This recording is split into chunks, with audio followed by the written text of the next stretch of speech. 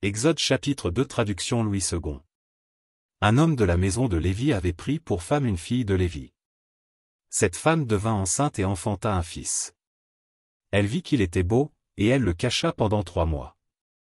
Ne pouvant plus le cacher, elle prit une caisse de jonc, qu'elle enduisit de bitume et de poix, elle y mit l'enfant, et le déposa parmi les roseaux, sur le bord du fleuve. La sœur de l'enfant se tint à quelque distance, pour savoir ce qui lui arriverait. La fille de Pharaon descendit au fleuve pour se baigner, et ses compagnes se promenèrent le long du fleuve. Elle aperçut la caisse au milieu des roseaux, et elle envoya sa servante pour la prendre. Elle l'ouvrit, et vit l'enfant, c'était un petit garçon qui pleurait. Elle en eut pitié, et elle dit, « C'est un enfant des Hébreux. » Alors la sœur de l'enfant dit à la fille de Pharaon, « Veux-tu que j'aille te chercher une nourrice parmi les femmes des Hébreux, pour allaiter cet enfant ?» « Va, » lui répondit la fille de Pharaon. Et la jeune fille alla chercher la mère de l'enfant. La fille de Pharaon lui dit, « Emporte cet enfant, et allaite-le-moi, je te donnerai ton salaire. » La femme prit l'enfant, et l'allaita. Quand il eut grandi, elle l'amena à la fille de Pharaon, et il fut pour elle comme un fils. Elle lui donna le nom de Moïse, car, dit-elle, je l'ai retiré des eaux. En ce temps-là, Moïse, devenu grand, se rendit vers ses frères, et fut témoin de leurs pénibles travaux. Il vit un Égyptien qui frappait un Hébreu d'entre ses frères. Il regarda de côté et d'autre, et, voyant qu'il n'y avait personne, il tua l'Égyptien, et le cacha dans le sable. Il sortit le jour suivant, et voici, 2 Hébreux se querellaient. Il dit à celui qui avait tort, « Pourquoi frappes-tu ton prochain ?» Et cet homme répondit, « Qui t'a établi chef et juge sur nous?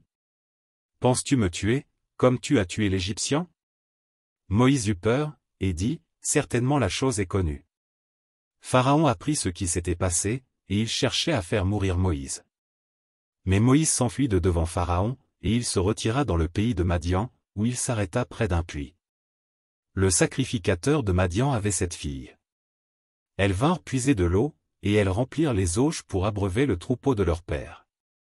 Les bergers arrivèrent, et les chassèrent.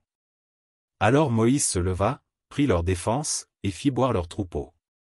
Quand elles furent de retour auprès de Réuel, leur père, il dit, « Pourquoi revenez-vous si tôt aujourd'hui » Elles répondirent, « Un Égyptien nous a délivrés de la main des bergers, et même il nous a puisé de l'eau, et a fait boire le troupeau. » Et il dit à ses filles, « Où est-il?